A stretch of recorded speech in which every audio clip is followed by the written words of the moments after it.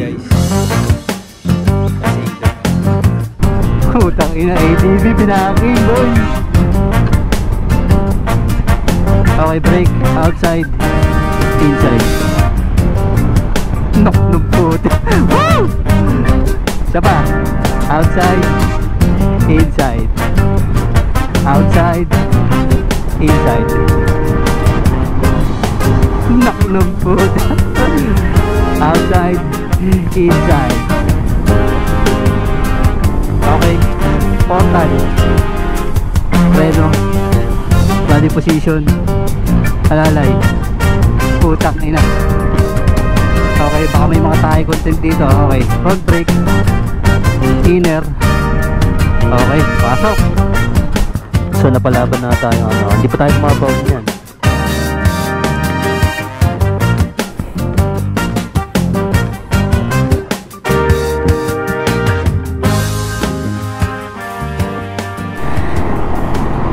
Yo!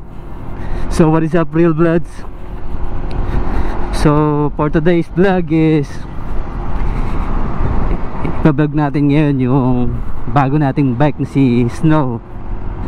Ito ay isang Honda ADB 160 2024. So meaning to say, ito yung bago nating motor, bago nating MC na isa sa magagamit natin sa mga adventure at mga rides, and of course pang daily, no? So actually matagal ko na itong nabili, March. Siyempre merong mga bagay na nangyari, kaya ngayon lang tayo makapag-vlog gamit ang ating ADB 160. Okay, Honda ADB 160. Actually kung mapapansin nyo, may plastic pa yan, hindi ko tinatanggal hanggat di ako nakapag-vlog eh, diba? Tapos since nagamit ko na to isang buwan na, may get, ang mileage niya is 927 na, no? So kanina nagpa-change oil na ako. Supposedly dapat 500 km pa lang yan, pero talagang wala, sobrang busy talaga. Ngayon lang talaga nagkalugar na makapag-vlog. Tapos yung time na to ngayon na nakapag-vlog tayo is afternoon pa. Kasi kanina may nasikaso ako na importanteng bagay. So parang nasa around 1 PM na, no? So punta lang tayo ng Marilake para at least i-share kung ano yung experience natin dito sa Honda ADB 160 sa loob ng Sambon Maygit, no? So mamaya pag-usapan natin pag nandun na tayo sa may Shell Pugon. As of now, winelcome lang natin yung yung bike sa ating vlog. Okay, kita-kits dun. So pag-usapan natin yung yung looks.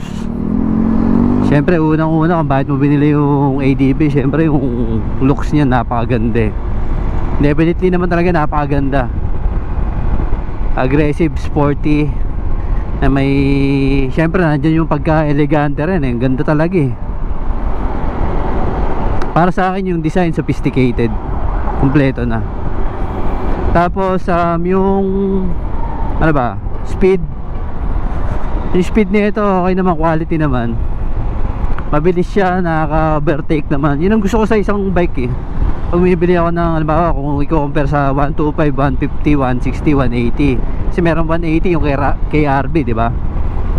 Mas gusto ko na yung ganito kasi kung makapanood nyo kanina habang nag-ride tayo, may power talaga, nakaka-overtake talaga eh. Makakalaro-laro ka. Partida, yan tol,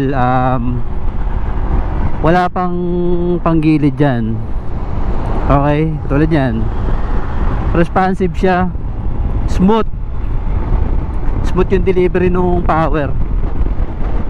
So kung babaguhin mo yung configuration nito, halimbawa bibili ka ng mga panggilid para mas lumakas pa yung hatak, mas maganda. Pero syempre marami ka pang babaguhin. Ayan o, yan ang gusto ko dito sa bike na to eh. Madali siyang maneuver din. gawa nung handlebar na malapad. Saan pa ba? Yung riding position maganda rin.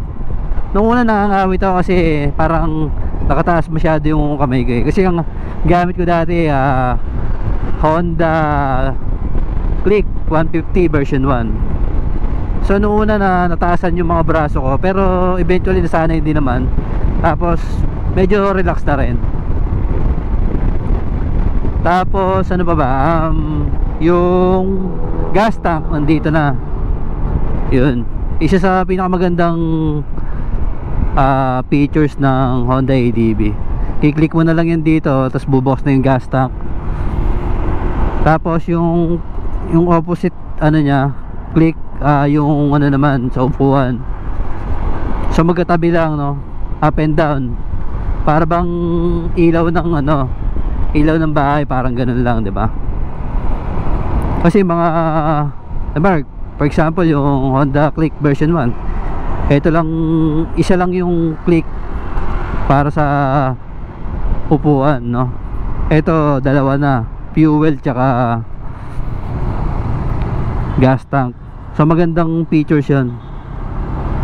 Tapos dito about sa area na to, malalagyan mo siya ng tunnel bag na additional for sort of many accessories, di ba? Ma-access mo to dito. Tsaka kahit pa paano upuan pa rin ng bata dito eh. Yung isa sa pinaka-importanting bagay na meron yung ADB. Meron pa siyang excess na upuan dito. So pag nag-aatid ako ng anak ko dito, siya pinapaupo. So kahit pa paano malaking bagay din.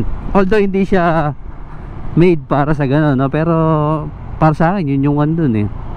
Kahit pa paano napapakinabangan. Yung side mirror malaki, ang gusto ko dyan. Safety, kakampi natin to eh, side mirror.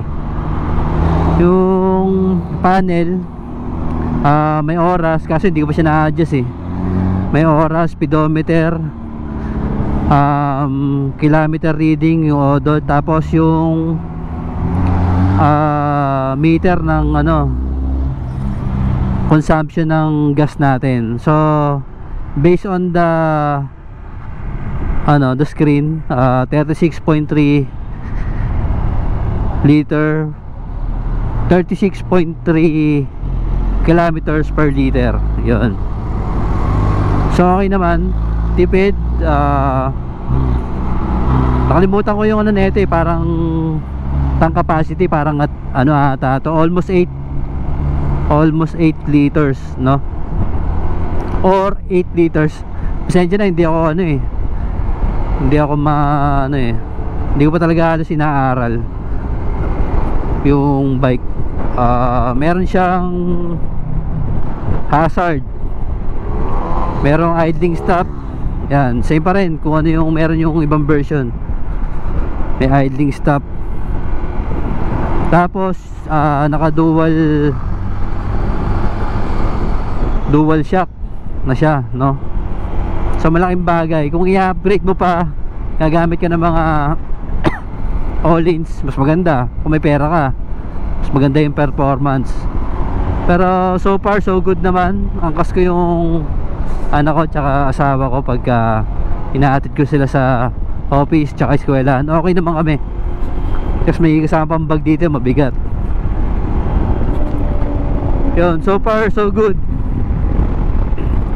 Tapos yung top speed nito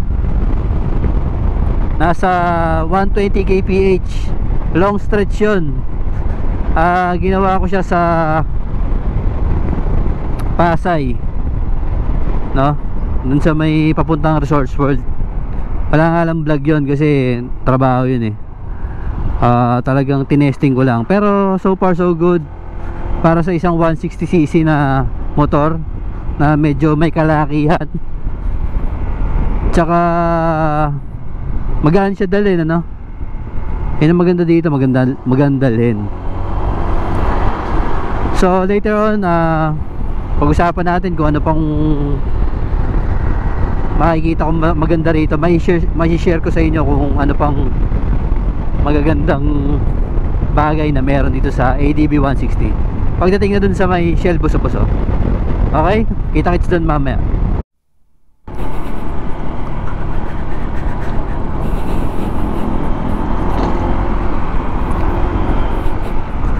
So what is up guys?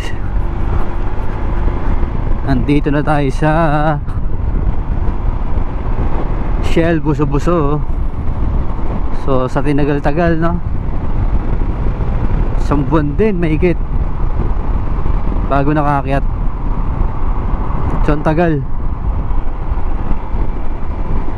Buti pa yung mga tropa. Ay, meron tropa ata to. Ben ZX. Ano kaya yun? Naka ano eh, ZX6R.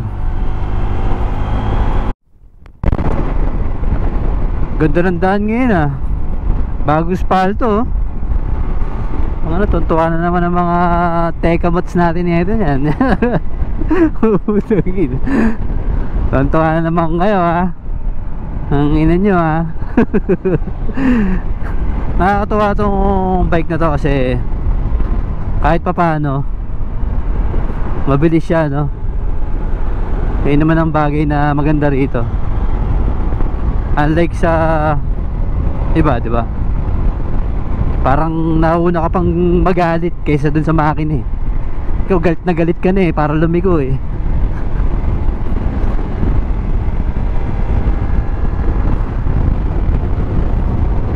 Ayun o, pabay, kaya matulin eh. Banking natin ng konti ha. Banking. Nalalayan ko kasi baka mamaya madulas yung gulong eh. Pero mainit naman yung panahon kaya medyo magandang tambalan yan. Init ng kalsada at init ng gulong. The Romance. Wow, tuwan-tuwa na naman ang mga Tegamots. Bagong spalto. Eh no, mga ganyang pasok. Galing, maganda gamitin. May power, mabilis. Lalo na pag naka-upgraded ano to, panggilid. Mas maganda lalo itatakbo na ito. So kita-kits tayo mamaya sa WB Hill. Okay? So what is up guys? Papasok tayo ng WB Hill. Tara, start na tayo. Pag packet siya, ayan, medyo mabagal. Dito sa WB Hill to ah, sagad. Sumasagad na ako nyan, 82. Paano pa kaya kung may angkas, di ba? Angkas, top box. Depende sa dala mo kung pang camping, may backride ka, may backride with pang camping gears, mga ganyan. So 80 pwede na rin. Depende na lang kung may backride, no? Pero kung yung 80 wala akong laman, ano eh, mabilis-bilis na. Paano pa kaya kung meron dala? Baka mas bumaba pa, di ba? I think mga 75 to 70.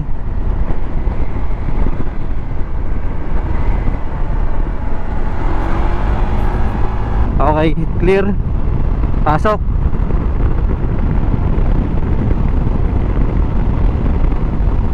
Outside, inside. Kailangan natin i-apply yan. Okay. Outside, inside.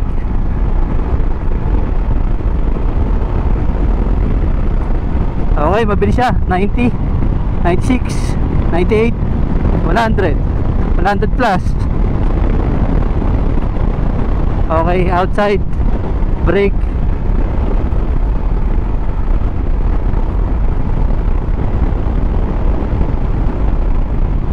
Alright.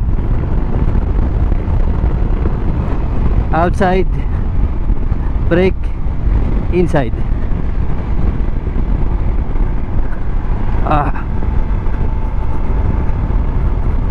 Hindi ko kasi kabisado yung gulong, medyo kinakabog-kabog tayo.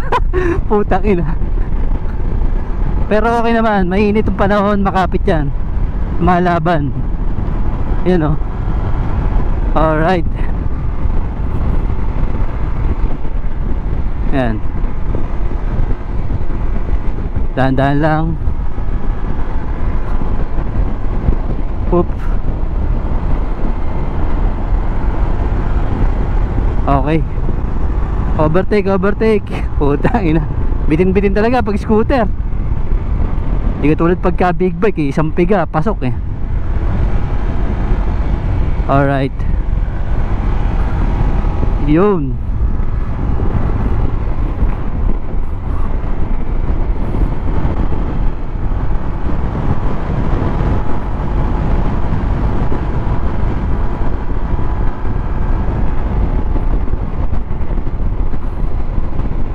Pagka gantong kainit, okay yan. Hirap pag-overtake. Bakit kasi? Okay. Smooth throttle control. Alright. Yun oh.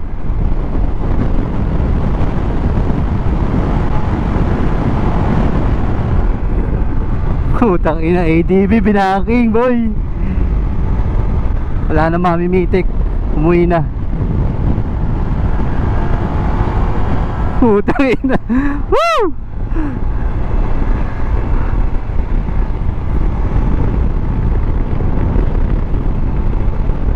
Ganda ng daan, tuyot na tuyot.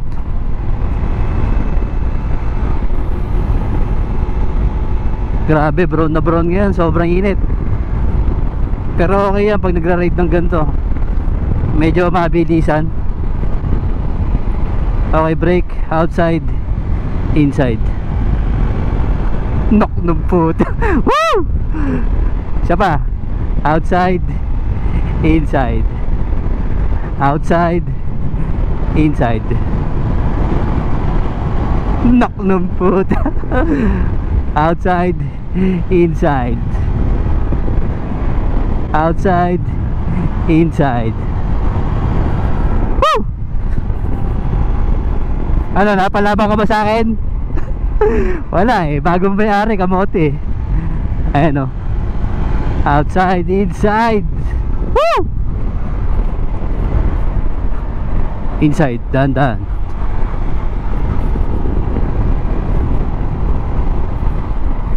Alright guys, Big C. Big C, body position.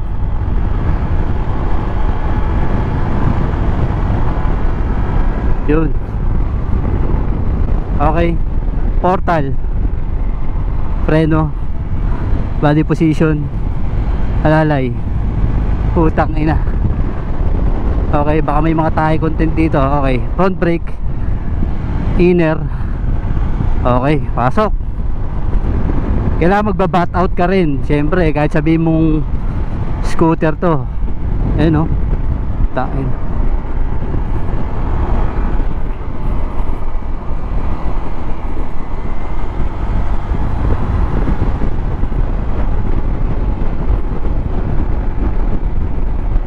Piling kang malambot yung tire pressure ko. Nagbababol akong konti eh. Chill lang tayo, chill. With truck pa. Pero yung mag-risk dito, malalim kasi ito eh. Ayun, mahirap bumaon dyan. Baka dumiretso ka dun, no? Tahimik, wala nang mamimitik. Yan, ganyang kasarap dito pag lumiligo ka dito. Ang lalim. Tas ang kinis ng daan. Talagang yung devil talaga eh. I-invite ka talaga niyang mag-banking. Yan oh. With OBR. Unahan natin ito si kuya kasi medyo mabagal siya eh. Yan. Pagkaliligo kayo, ayan katulad yan, outside, inside. Okay, outside, inside. Okay. At di kayo mabubusan daan. Tsaka lalay sa preno. Tsaka throttle control. Ako, di ba? Yan lang guys.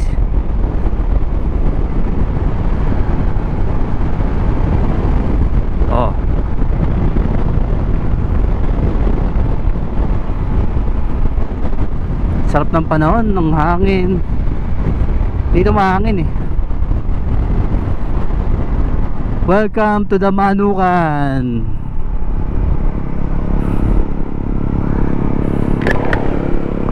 Oops. May tropa tayo dito. Pahinga muna. Alright, forward natin konti.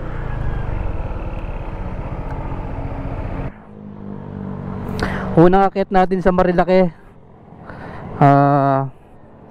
Goods naman yung takbo natin, ano.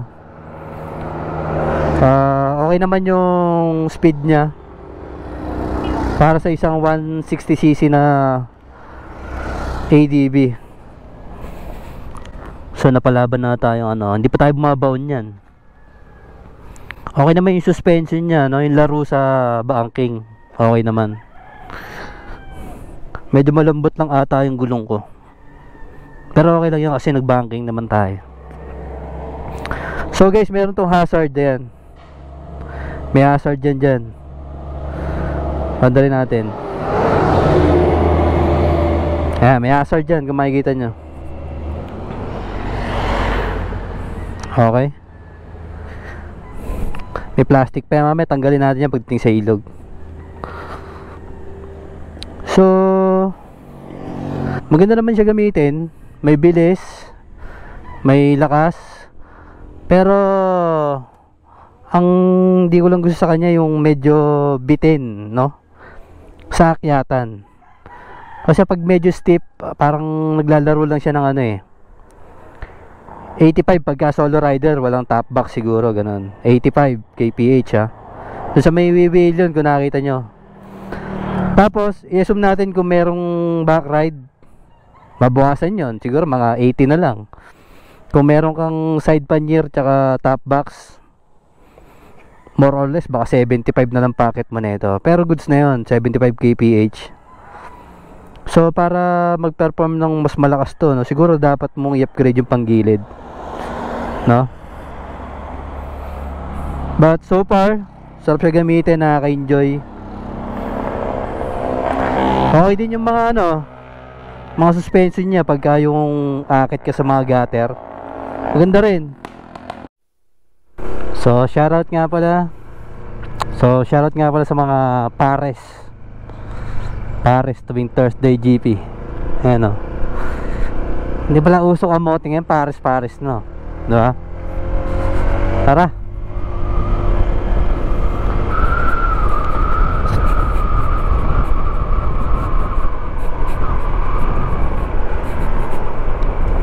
Bako hanggang Batangas. Bali yata yung lyrics ko ha.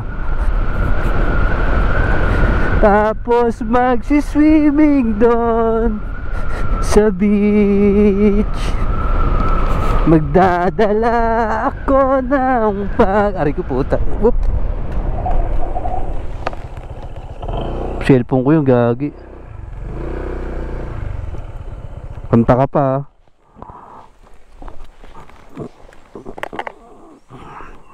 Nabuo pa. Japex kasi yung ano eh.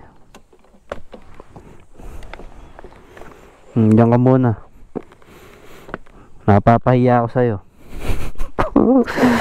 Tara. May ilog dyan eh. Pero sobrang init ngayon, parang nawala.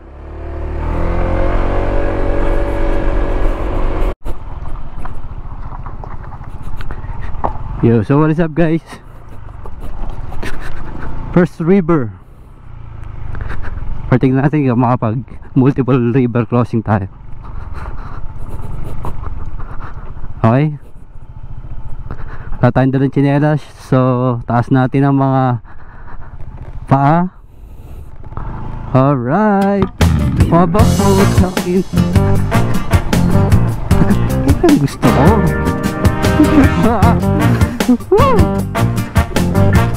Diba? Yan ang mga lakarang gusto ko. Feeling ko nagbabalaan din talaga ako ng sarili dahil ayoko mabasa ang ay puta yun, nabasa na nga. Nabasa na kayo. Puta yun mo. Nabasa na nga. So, congratulations para sa ating first river crossing. Campsite to.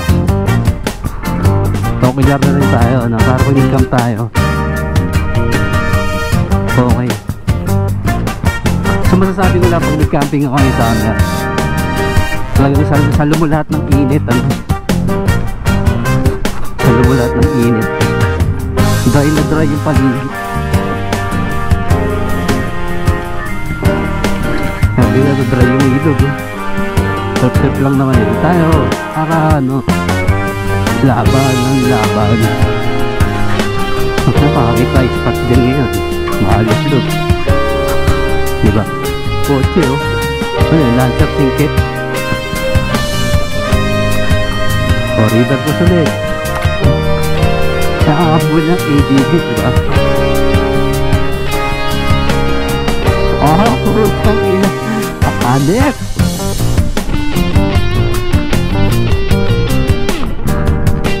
Pag dyan, malalim yan. Try natin, di ba? Mga civil challenge.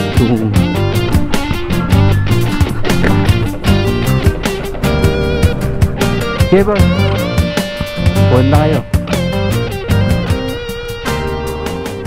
Kuda na ilog. Gago.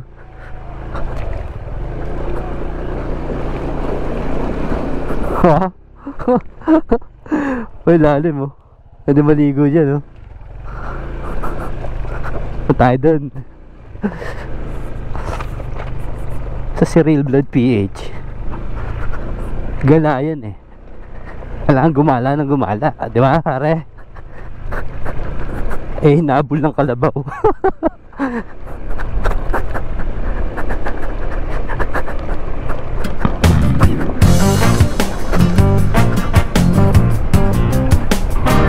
Kaya gusto ko, yun, oh. Diba? Oh, kung tayo babad doon, maganda tayo pumalansin.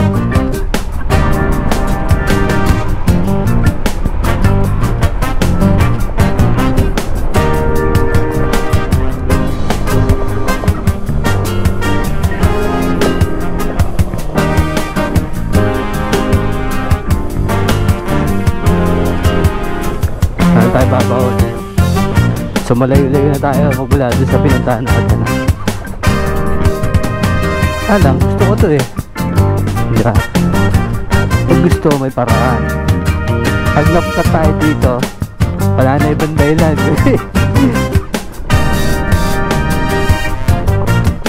Okay. So nakikita ko meron baka. Pag hinabol tayo niyan, wala tayong matatakbuhan. Iwan mo to tayo. So iwas tayo sa baka. Baka magamok yan, yari tayo. Pasahan yung kapatos natin. Pero okay lang. Chill lang. Chill sa isang napakagandang lugar. No? Meron tayong basura. Sad to say and sad to see yung mga basura. Pero ang ganda, no? Nakakarampot na oras na pag-relax ako. It feels like meditating, yo. So, ito tayo. Tatayang bilid. Tara.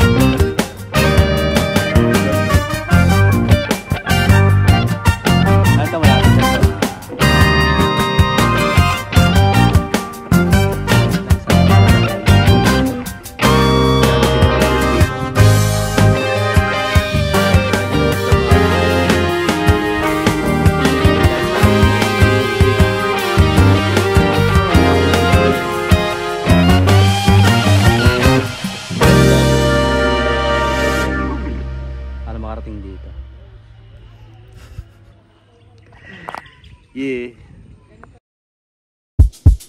So what is up guys? So yun, doon na nagtatapos ang ating quickie adventure. So talaga nag-ano tayo na palamig, nag-chill. So marami namang way para mag-chill dito sa Marilaki. Palamig, ganyan, muni-muni. Kaya marami din makakita talaga dito. Hindi lang dahil para nakita nyo mga bakbak, hindi ganun. Kumbaga chill lang din talaga. So yun lang, shoutout sa lahat ng mga subscribers natin dyan, sa lahat ng Real Blood PH subscribers, sa mga tunay na sumusuporta. So pasensya nyo na, hindi tayo madalas nakapag-upload kasi alam nyo na, busy. Siyempre meron tayong mga priorities din, diba? Mas priority yun, nagbibigay ng nagsusustain sa atin eh. Yun ang nagsusustain. Parang bumagsak to, no?